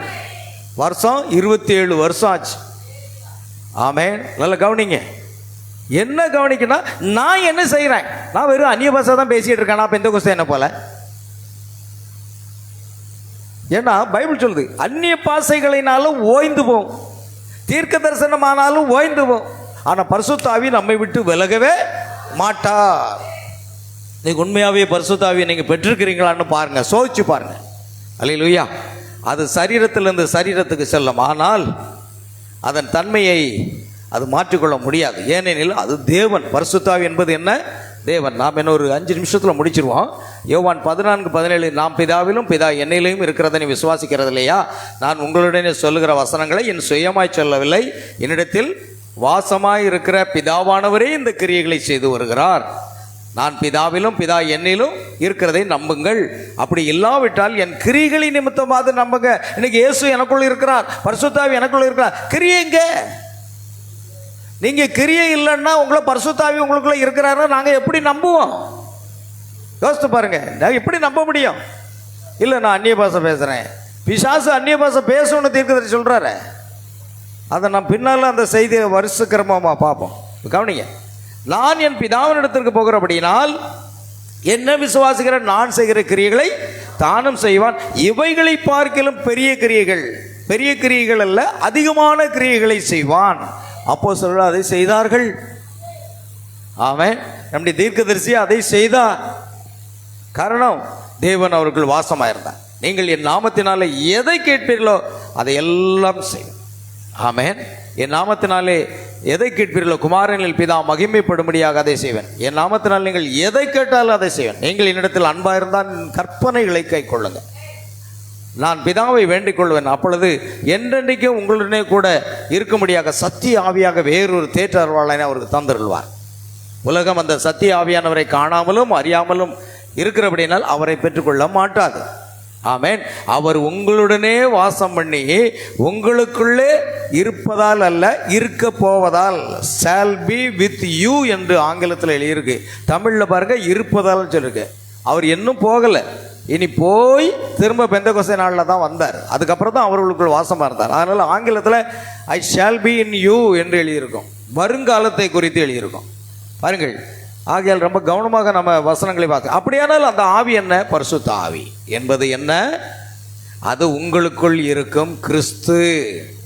ஆமென். உங்களில் இருக்கும் தேவன். ஆமென். அது யாரும் இல்லை. பரிசுத்த ஆவி என்பது திருத்துவத்தில் 2ஆம் நபரோ 3ஆம் நபரோ அல்ல. அதே தேவன், இந்த வானத்தையும் பூமியும் சர்வத்தையும் சிருஷ்டித்த அதே தேவன் நமக்குள் வாசமாக இருக்கிறார். அது தேற்றவர்களானாக இருக்கு. அது பரிசுத்த ஆவி. தேற்றவர்களாளன் வரும்போது என்னில் பாருங்கள் வாசம் செய்த போது நான் செய்த கிரியைகளை நீங்கள் செய்யும். நான் என் பிதாவை வேண்டிக் கொள்வேன், அவர் இந்த தேற்றருளை உங்களுக்கு தந்துடுவார். அடுத்து பரிசுத்தாவி என்பது என்னவா இருக்கிறாரு? தேற்றரவாளனாக இருக்கிறார். நாம் துன்பத்தில் இல்லை பிரச்சனைகளில் நொந்து போயிருக்கும்போது பரிசுத்தாவியான் நம்மளை தேற்றுவார். ஒரு தாய் தேற்றுவது போல நான் உங்களை தேற்றுவேன் என்று சொல்கிறார். பாருங்க, அவர் இந்த தேற்றருவாளனை உங்களுக்கு தந்தருள்வார். நீங்கள் தேற்றருவாளனை அறிவீர்கள், உலகமோ அதை அறியாது. கர்த்தர் சொல்றார். பாருங்க, இங்கே ஆங்கிலத்தில் ஷால் பி இன் யூன்னு எழுதியிருக்கு. ஆமென். அதுதான் முக்கியமானது. சரி, கர்த்தருக்கு ஸ்தோத்திரம் உண்டாகட்டும். அதை நான் பார்த்துக்கிட்டோம். அடுத்தது, அவர் என்ன கிறிஸ்துவாகிய தேற்றருவாளன், கம்ஃபோர்ட்டர். பரிசுத்தாவி என்னெல்லாம் செய்கிறார் பாருங்க நமக்குள்ள வந்து. ஆமென். அவ்வளவு செயல்பாடு இருக்கு அவருக்கு. இதெல்லாம் நம்ம அறியாமல் சும்மா வெறிய அந்நிய பாஷை பேசிக்கிட்டு போனோம்னா என்னங்க பிரயோஜனம்? அதாவது ஸ்தாபனத்தாரம் பேசுகிறாங்களா? என்ன அஞ்ஞானிகளும் பேசுகிறாங்க. எது அந்நிய பாஷைகள்? கிரியை வேணும். என் கிரியைகள் பிதாவின் கிரியைகளை செய்யலைன்னா நீங்கள் என்ன விசுவாசிக்க வேண்டாம். ஆமென். பாருங்கள், இங்கே அழகாக இருக்கிறது. இப்பொழுது யோவான் 16:7 நம்ம பார்த்தோம். அவர் பரிந்து பேசுகிறவர், பரிந்து பேசுகிறவராக இருக்கிறார் என்று நான் பார்ப்பேன். கடைசியாக ஒரு வசனத்தை வாசித்து நான் முடிக்க போகிறோம். பரிந்து பேசுகிறவர். பாருங்கள், நான் போகிறது உனக்கு நன்றாக இருக்கும். இயேசு சொன்னார், நான் போகிறது உங்களுக்கு பிரயோஜனமாக இருக்கும். நான் போகாதிருந்தால் தேற்றரவாளன் உங்களிடத்தில் வரமாட்டார். அப்போ அவர் தேற்றரவாளனும் நமக்கு இருக்கிறார். பாருங்கள், பரிசுத்த ஆவியனுடைய கிரியைகள் என்னெல்லாம் இருக்குது பார்த்தீங்களா? அதை நீங்கள் மனப்பாடமாக புரியலை அப்படின்னா உங்களுக்குள்ள பரிசுத்த ஆவி கிரியை செய்யலைன்னு அர்த்தம். நீங்கள் பெற்றிருக்கலாம், ஆனால் துக்கப்படுத்திக்கிட்டு இருப்பீங்கன்னு அர்த்தம். இதெல்லாம் இருக்குதா? ஆமென். இதெல்லாம் நமக்குள்ளே இருக்குதான்னு பார்க்கணும். அவர் வந்து பாவத்தை குறித்தும் நீதி குறித்தும் நியாய தீர்ப்பை குறித்தும் உலகத்தை என்ன செய்வார்? கண்டித்து பரிசுத்த ஆவி இதெல்லாம் கண்டித்து உணர்த்துவார். நாம் ஒரு தவறு செய்யணும்னா பரிசுத்த ஆவியானவர் நீ தவறு செய்கிறாய், நீ சரியில்லை என்று அவனை கண்டிப்பார். அவன் கண்டித்தும் திரும்பலை அப்படின்னா, மனம் திரும்பலைன்னா சிக்ஷைகளை கொடுப்பார். கர்த்தர் எவனிடத்தில் அன்பு கூறுகிறாரோ அவனை கடந்து கொண்டு செய்கிறார், சிக்ஷிக்கிறார், சிக்ஷைகளை கொடுப்பார். அது மிக முக்கியமானது. அவர்கள் என்னை விசுவாசத்தபடினாலே பாவத்தை குறித்தும், நீங்கள் என்னை காணாதபடினாலே நான் என் பிதாவினிடத்திற்கு போகிறபடினாலே நீதியை குறித்தும், இந்த உலகத்தின் அதிபதி நியாய தீர்க்கப்பட்டதனாலே நியாய தீர்ப்பை குறித்தும் கண்டித்து உணர்த்துவார். பாருங்கள், கடைசியாக அவர் பரிந்து பேசுகிறவர் என்பதை நாம் பார்த்தோம். இப்பொழுது 1 யோவான் 2:1-2 கடைசியில் பரிந்து பேசுகிறவர். நாம் தேற்றருவாளன் என்பதை பார்த்தோம். இப்பொழுது 1 யோவான் 2:1-2 வசனம் மட்டும் வாசிங்க. பிள்ளைகளே, நீங்கள் பாவம் செய்யாதபடிக்கு இவைகளை உங்களுக்கு எழுதுகிறேன். ஒருவன் பாவம் செய்வானானால் நீதிபரராய் இருக்கிற இயேசு கிறிஸ்து நமக்காக பிதாவினிடத்தில் பரிந்து பேசுகிறவராய் இருக்கிறார். ஒருவன் பாவம் செய்வானானால் அல்லது பின்வாங்கி போவானானால் முதலாவது இயேசு கிறிஸ்து நீதிபரராக இயேசு கிறிஸ்து நமக்காக பிதாவினிடத்தில் என்ன செய்வாராம்? பரிந்து பேசுகிறார். இப்பொழுது பரிசுத்த ஆவியா இருக்கிறார். அப்படியானால் பரிசுத்த ஆவியானவர் தான் நமக்காக பரிந்து பேசுகிறவர். பரிந்து பேசுகிறார் என்ற வார்த்தைக்கு அட்வொகேட் என்ற அர்த்தம். He's a comforter, he's a advocate. அவர் வழக்கறிஞர். பாருங்க, ஒரு மனிதனுடைய தவறுக்காக நீதிமன்றத்தில் போராடி விடுதலை வாங்கி கொடுக்குறாங்களா, அதே போல பரிசுத்த ஆவியானவர் நமக்காக வழக்காடுவார். அவர் அட்வொகேட்னு சொல்லியிருக்கு. ஆகையால் நீதிபரராக இயேசு கிறிஸ்து நம்முடைய பாவங்களை நிவர்த்தி செய்கிற கிருபாதார பலி அவரே. நம்முடைய பாவங்களை மாத்திர சர்வலோகத்தின், பாருங்க, கிறிஸ்தவருடைய பாவம் நினைக்காதீங்க, உலகத்தில் உள்ள எல்லா மக்களுக்கும் அவர் உலகத்தின் பாவங்களை சுமந்து இருக்கிற தேவ ஆட்டுக்குடி. உலகத்தில் உள்ள எல்லாருடைய பாவங்களையும் சிலுவையின் மேலே சுமந்தார். யார் இயேசு கிறிஸ்துவை விசுவாசிகளோ அவங்க பாவம் மன்னிக்கப்படும், அவர்கள் பாவத்திலிருந்து விடுதலை பெறுவார்கள்.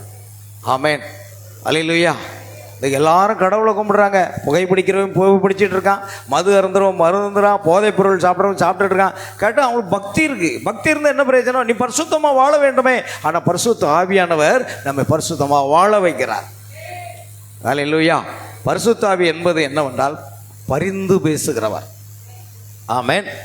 அந்த பரிந்து பேசுகிறவர் என்ன செய்கிறார்? அவர் எதற்காக பரிந்து பேசுகிறார் என்றால் அதற்கு இரக்கம் இருக்கிறபடினால் உங்கள் ஸ்தானத்தில் அதை நிற்கிறார், உங்களுக்காக துணை நிற்கிறார். ஆமென். உங்களை யாராவது பொய்யாய் குற்றச்சாட்டினால் அந்த வழக்கறிஞர், அந்த பரிந்து பேசுகிறவர் நமக்காக பிதாவினிடத்தில் என்ன செய்வார்? பரிந்து பேசுவார். இவன் அந்த தவறை செய்யவில்லை, நீர் நீதி வழங்க வேண்டும் என்று பரிந்து பேசுகிறார். அதுதான் பரிசுத்த ஆவி. அல்லேலூயா. ஆகையால் நீங்கள் செய்யக்கூடாத காரியங்களை அது செய்கிறார். அது உங்கள் பாவங்களை நிவர்த்தி செய்யும் கிருபாதார பலி, அது உங்கள் நீதி, அது உங்களுக்கு சுகமளிக்கிறது. பாருங்க, அது உங்கள் ஜீவன், அது உங்கள் உயிர்த்தெழுதல். தேவன் உங்களுக்கு என்னவெல்லாம் வைத்திருக்கிறாரோ அது அனைத்துமாக அது உள்ளது. அவர் பரிந்து பேசுகிறார். கர்த்தர் ஆசீர்வதிப்பாராக. கடைசியாக நாம் பார்க்க போகிறோம் பிரியமானவர்களே, அவர் பரிசுத்த ஆவியானவர் என்னவாக இருக்கிறார்? அல்லேலூயா. பரிசுத்த ஆவியானவர் என்னவா இருக்கிறார்? கவனிங்க, பரிசுத்த ஆவியானவர் முதலாவது சொல்லுங்க. வச்சுடா, இவ்வளவு நேரம் கேட்டீங்க, செய்யுங்க. பரிசுத்த ஆவியானவர் என்னவா இருக்கிறார் சொல்லுங்க. அது ஒரு வாக்குத்தத்தம், அது ஒரு அடையாளம், அது ஒரு முத்திரை, அது ஒரு தேற்றரவாளன், அது ஒரு பரிந்து பேசுகிறவர். நான் சொல்லி முடிச்ச உடனே உங்களுக்கு புரியல, அந்த காதில் இருந்து அந்த காது வெளியே போயிடுச்சா வழியா? இதெல்லாம் வச்சு அந்த பரிசுத்த ஆவியானவர் எனக்குள்ள என்னவா இருக்கிறார்? அந்த வாக்குத்தத்தத்தின் அடையாளமாக அந்த முத்திரையை நான் பெற்றிருக்கிறேனா? ஆமென். அடுத்து அவர் எனக்காக அவர் என்ன செய்கிறார்? அடையாளமாக நமக்குள்ள இருக்கார், முத்திரையாக பெற்ற அடையாளம். அடுத்து நமக்காக அவர் என்ன செய்கிறாரு? தேற்றரவாளனாக இருக்கிறார், அது பரிந்து பேசுகிறவராக இருக்கிறார். பாருங்கள், இத்தனை காரியத்தையும் பரிசுத்த ஆவியானவர் உங்களுக்குள்ள இருந்து செய்கிறது மட்டும் இல்லை, இயேசு செய்த கிரியைகளை நாமும் செய்ய முடியும். அப்படிதான் ஜெபிக்கணும். இயேசு கிறிஸ்து நாமத்தில் 10 நிமிஷம் ஜெபம் பண்ணிட்டு, சரிம்மா நான் உங்களுக்காக ஜெபம் பண்ணிட்டு தான் நாங்கள் வந்துடுறோம், இல்லை, நீ நட. பேதுரு யோவானும் தேவாலயத்துக்கு சொன்ன பொழுது தாயின் வயிற்றில் இருந்து பிறந்தது முதல் சப்பானி அங்கே பிச்சை கேட்டுக்கிட்டு இருக்கான். ஏதாகிலும் கிடைக்குமா என்று பார்க்கும் பொழுது, பொன்னும் என்னிடத்தில் இல்லை, வெள்ளியும் என்னிடத்தில் இல்லை, என்னிடத்தில் என்ன இருக்கிறதோ அதை தருகிறேன். இயேசு கிறிஸ்துடைய நாமத்தில் என்ன செய்? எழும்பி நட. இல்லை கொஞ்சம் பணத்தை கொடுத்துருக்கலாம். அப்போ என்கிட்ட ஒரு 20 ரூபா தான் இருக்கப்பா, ஒரு டீ குடிச்சிக்க. இல்லை ஒரு 50 ரூபா தான் இருக்க, ஏதாவது வாங்கி சாப்பிட்டுக்க. அதை செய்தாங்களா? அவங்களுக்குள்ள இருக்கிற பரிசுத்த ஆவியானுடைய வல்லமை என்ன சொல்லுகிறது பாருங்க, எழுந்து நடன்னு சொல்லுது. அதைத்தானே நானும் செய்தேன், இப்பொழுது நீ நட.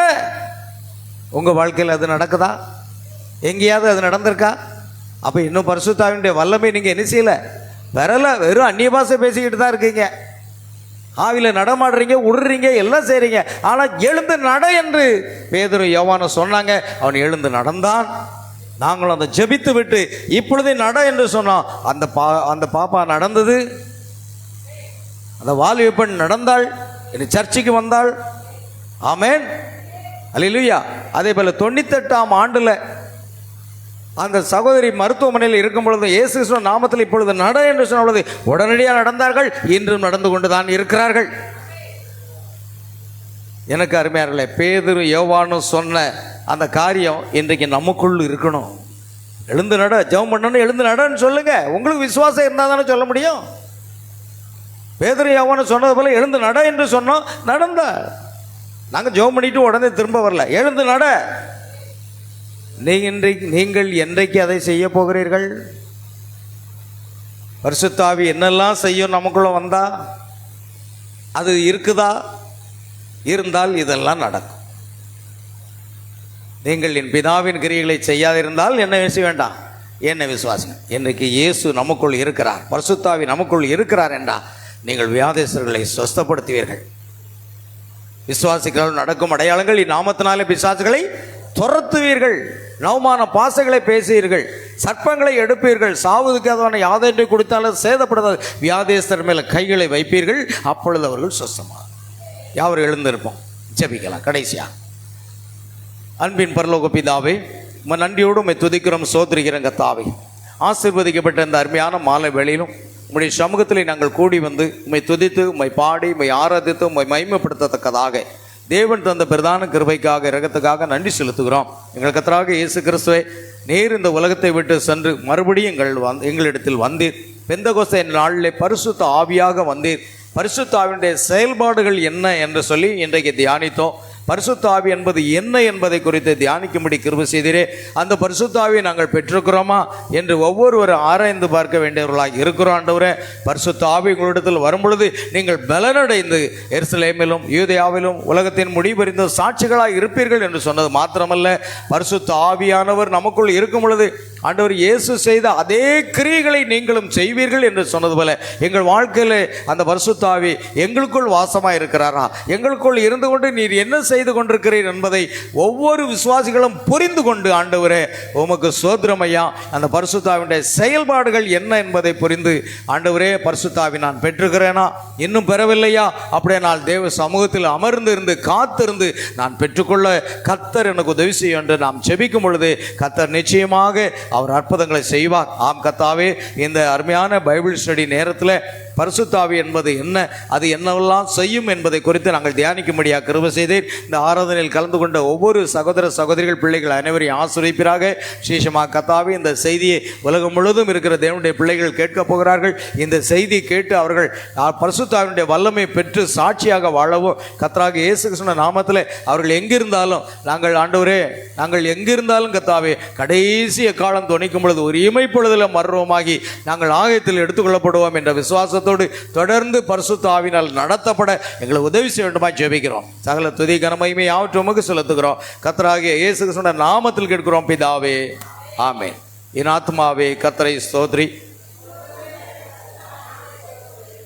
என் ஆத்மாவே கர்த்தரை ஸ்தோத்திரி, கர்த்தர் செய்த சகல பாரங்களை மறவாதே. ஆமென். நம்முடைய கர்த்தராகிய இயேசு கிறிஸ்துவின் கிருபையும் தேவனுடைய அன்பும் பரிசுத்த ஆவியுடைய ஐக்கியம் சந்தோஷமும் சமாதானமும் சுகமும் பலமும் ஆசீர்வாதங்களும் இயேசுக்குள் இருந்த பரிசுத்த ஆவியின் அபிஷேகமும் நமக்குள் என்றென்றைக்கும் நிலைத்திருக்க தேவன் கிருபை செய்வாராக. அல்லேலூயா. Praise the lord. கர்த்தராகிய இயேசு கிறிஸ்து உங்கள் ஒவ்வொருவரையும் ஆசீர்வதிப்பார். God bless you.